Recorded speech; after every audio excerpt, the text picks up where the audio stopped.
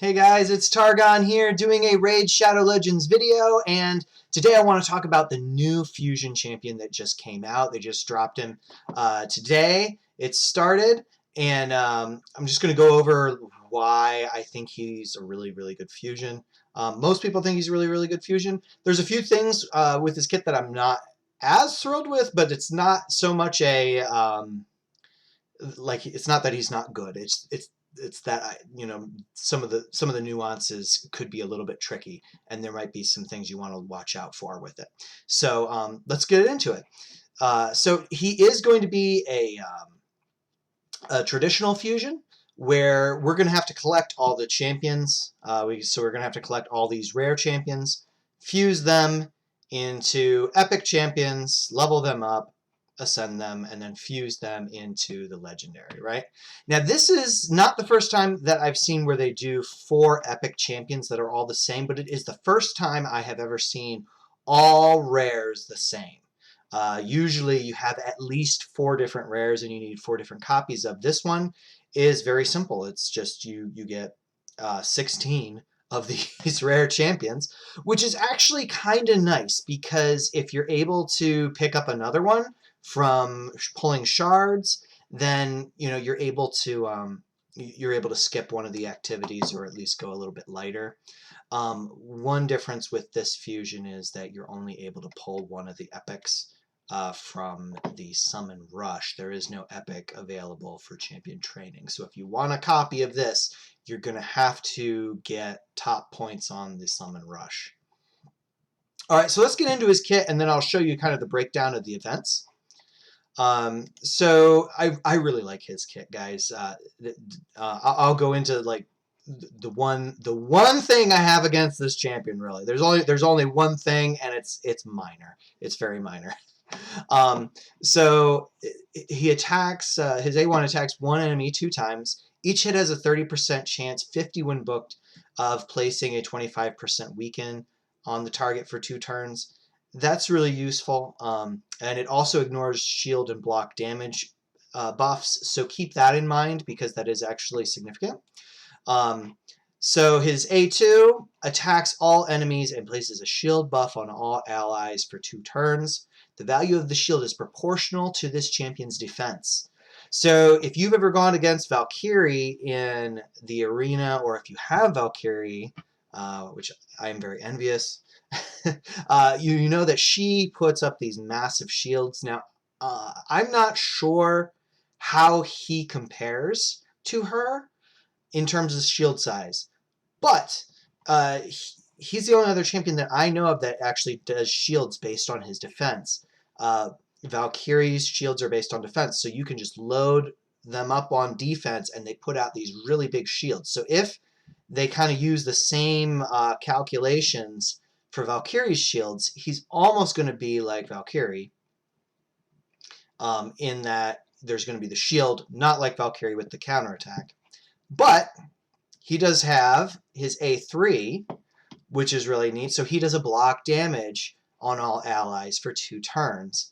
And there is a passive effect built into this, which is super cool. Whenever a block damage buff placed by an ally, or placed on an ally by this champion is removed, stolen, or expires, places a 60% increase debuff or increased defense buff on that ally for 2 turns. So the cool thing is he can sort of self-buff in this way, where if the block damage is gone, then he gets an increased defense, which is really helpful if you're using his shield right after. All right, so let's get into, well, no, there's the passive skill still. And so this Feast of Agony increases champion's defense by 5% for each ally under block damage buff. And it counterattacks with his default skill whenever an ally is hit while under a block damage buff. It can only occur once per enemy turn. So this is actually a really nice passive. I'll break that down in a second. And then he also has this increase ally defense in all battles by 30%. So there's a lot of stuff going on in his kit, and I just have to say, wow, this is a really, really amazing kit. Especially, I mean, on my main account, I'm going to go get him too, but also especially on my alt because I'm not quite able to hit Ultra Nightmare. This guy is going to let me hit Ultra Nightmare. And so I want to go into his skills because this guy, he does the block damage, so you can put him into a regular sort of unkillable composition. Um, but honestly, all by himself, he can make your team semi-unkillable, where the only thing that you'd have to worry about would be like the stun. But this is where there's one thing in his kit that I do not like, is actually, in some ways, for Clan Boss specifically, I would prefer if his Winds of the Pit was actually stayed on a 4-turn cooldown. It's a great skill. It's nice that it's a 3-turn cooldown, but the problem is that his A3 is on a 4-turn cooldown when booked. So the challenge then becomes timing it if you're using him in Clan Boss. So again, on my alt account, that's kind of like the main thing that I'm going to be using him for. And so I may actually try and see if I can get lucky and not book the cooldown on this, because then what you can do is run him in a composition where he goes 4 times for every 3 turns of the Clan Boss. So he's repeating the cycle, and then you would just use his block damage before the clan, if you can time it so that he goes last after everybody else, but right before the Clan Boss uses his first attack, then he's going to block the damage from that attack. And then if you can time it so that his double up comes after the second attack, so the first AoE gets blocked, the second AoE gets blocked, and then if you can time it where he can put his shield up after that, and if you were to double up on his turns, you could potentially put him in such a way so like he's going first after the second attack, so the first one to go before the stun, and that would be when everybody else still has block damage, so he's getting a 20% boost from this. He's just lost his block damage buff, so that puts a 60% increased defense on him. His defense is now increased by 80%, potentially increased by even more if you're using him as the lead. All right, so it's like a 110% increase for his defense right there. And then he's putting up this massive shield, which is going to protect everybody through the stun. So no matter who gets stunned, if you imagine having a Valkyrie-sized shield for the stun, it's going to absorb most of the damage. I mean, obviously against Ultra Nightmare, eventually he's going to punch through. But like conceivably, this guy can basically make you go all the way through turn 50 potentially if you have a bunch of solid defense-based champions. Or you can try and actually sort of trick the Clan Boss into targeting him or another defense-based champion of a negative affinity or something. If everybody's getting their damage blocked, I think the Clan Boss targets the lowest HP champion, so you could build him with less health, and then he becomes the stun target, but he's got so much defense that he's just a huge tank, and he's able to take that stun all the way up to turn 40, maybe even turn 50 if you're built well enough. So just by himself, I think he is a viable, semi-unkillable Clan Boss champion if you can do his skills right. But the challenge is going to be if this goes to a 3-turn cooldown, this skill's kind of going to get flip-flopped around in there, and that's what I don't like about his kit. So it's kind of minor. Obviously, he's going to be great pretty much anywhere else, and so like for Doom Tower or something, it could be really helpful to actually have it on a 3-turn cooldown. I think he's going to be a really good Doom Tower champion, and potentially even for something like Hydra, that it would be great. Really, his kit is going to be well suited everywhere in the game. From arena, I don't view him necessarily as like a top tier arena champion, just because so many teams have are having Madame Cirrus or someone who's ripping buffs off. But even so, like he's going to be a very good arena defense champion. And then you add in all his utility everywhere else. I mean, his A1 attacks twice, so that's good for Fire Knight, and he has this built-in counterattack whenever somebody under block damage gets attacked. So if you put him in with Fire Knight, immediately that's 2 hits down on the Fire Knight's shield. Also, everybody's protected from damage. Great for dungeons like Ice Golem and Dragon, where the boss is putting out a big chunk of damage. Both the block damage can completely block that, or the shields can absorb most of it. He's going to be great for that. Even in Spider, I think he's got a lot of potential just for sort of tanking any damage that might come in. All right, so really everywhere in the game he is going to be good.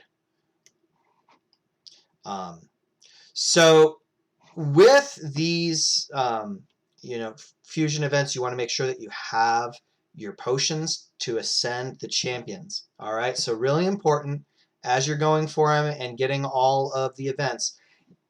Everything is Spirit Affinity, so you need to have Spirit Affinity potions, so keep an eye on that. You need 6 Spirit Affinity potions to fully, or 6 superior Spirit Affinity potions to fully ascend each one of these epics, and I think you need 3 of the white superior potions there to do the ascension. And then you'll need some lesser potions also for the rares. So if you're like me and you're just farming the level 20s, sometimes I can run low on the lessers, so you might have to move back and get some lesser potions. But usually you can get some from like the Doom Tower and other places. But so just keep an eye on that. Make sure that you have enough. Don't get caught in a position where you've acquired all the champions you need to fuse, but you're out of energy, out of gems, and the Spirit Keep is locked, and it's the last day to fuse, and you don't have the potions for it. You don't want to be caught in that, so keep an eye on that. All right, so I'm going to show you the breakdown of the events.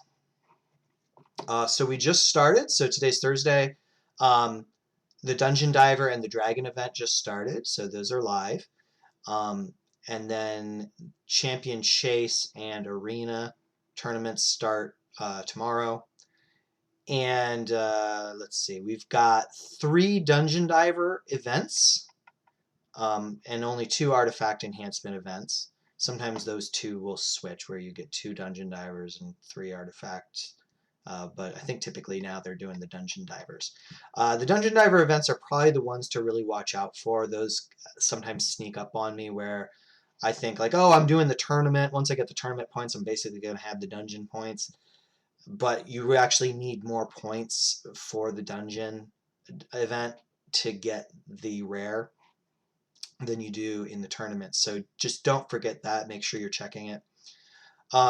Champion Chase event looks like there's going to be some overlap with the Champion Training. Also, the Summon Rush is going to overlap with the other Champion Training tournament. So that's nice. You'd want to look for opportunities where if you don't have enough shards, or at least not enough like Ancient and Sacred shards, there's been times where I have gotten the points for Summon Rush just by summoning a whole bunch of mystery shards and then using all those champions to level up other champions for the champion training tournament, and you just go through them real fast. It can be done. It is a major pain in the butt, but I've done it. You can do it too. All right. So this guy looks solid. He looks I'll just say amazing. Like his kit is amazing. This is going to be a really, really good champion. I really hope that you guys can each get him. And don't let that one downfall in his kit persuade you not to get him. Like it's not a big deal. So he's going to be amazing regardless. So make sure that you try and do all this. Obviously we got the Fire Knights tournament. Now I'm not sure if, let me see. Do we have a bonus champion for winning the tournament? because if so, no. All right, so there's no bonus champions of the rares. I'm assuming none of the tournaments is going to have that. Sometimes they'll have like you can pick up an extra one. Would be really nice because then you could win a tournament and skip another event. But so just you're going to have to do all of these unless you can do the summon rush and pick up the epic.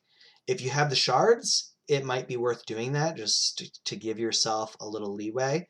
But fortunately, I think we're supposed to have a 2x on ancient shards coming up this weekend.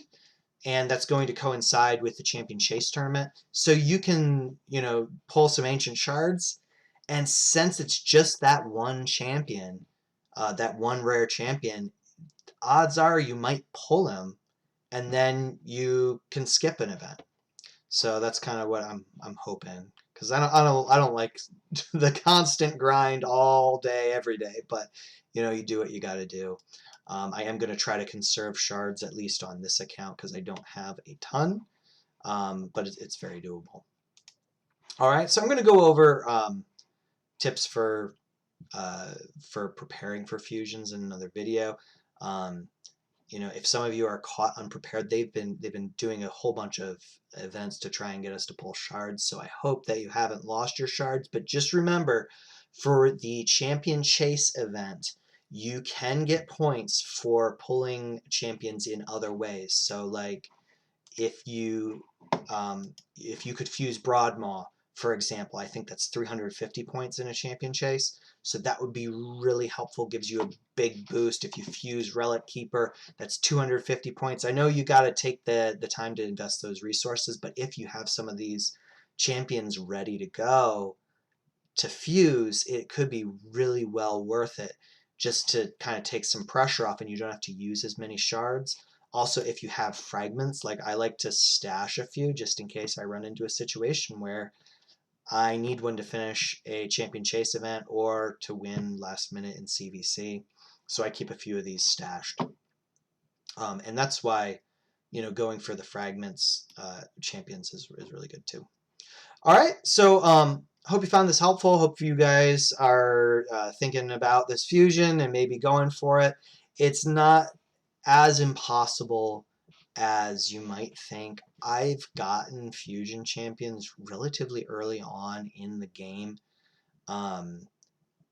Early on, it's actually it's easier to like win the tournaments. So unfortunately, there's no bonuses for in terms of the fusion champions for winning the tournaments here. So that's going to make it harder early on. But even at mid-game level, like there's not really a reason that you couldn't get this guy if you're really just careful with using all your energy, dedicating all of your energy to completing each task. Yes, there's some overlap, like with the champion training and the ice golem here, for example. So you're gonna have to do champion training and ice golem, but it can be done. And if you're lucky enough to pull one of these guys, maybe skip ice golem. I'm probably gonna try and do that if I'm able to get an extra one of these. Okay. So I hope you found this video to be helpful. Hope you're able to get the new champion.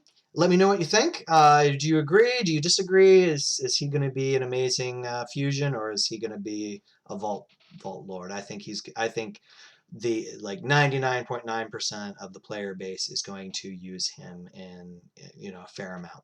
So anyways, hope you liked the video. Please like and subscribe to my channel. I'll see you next time.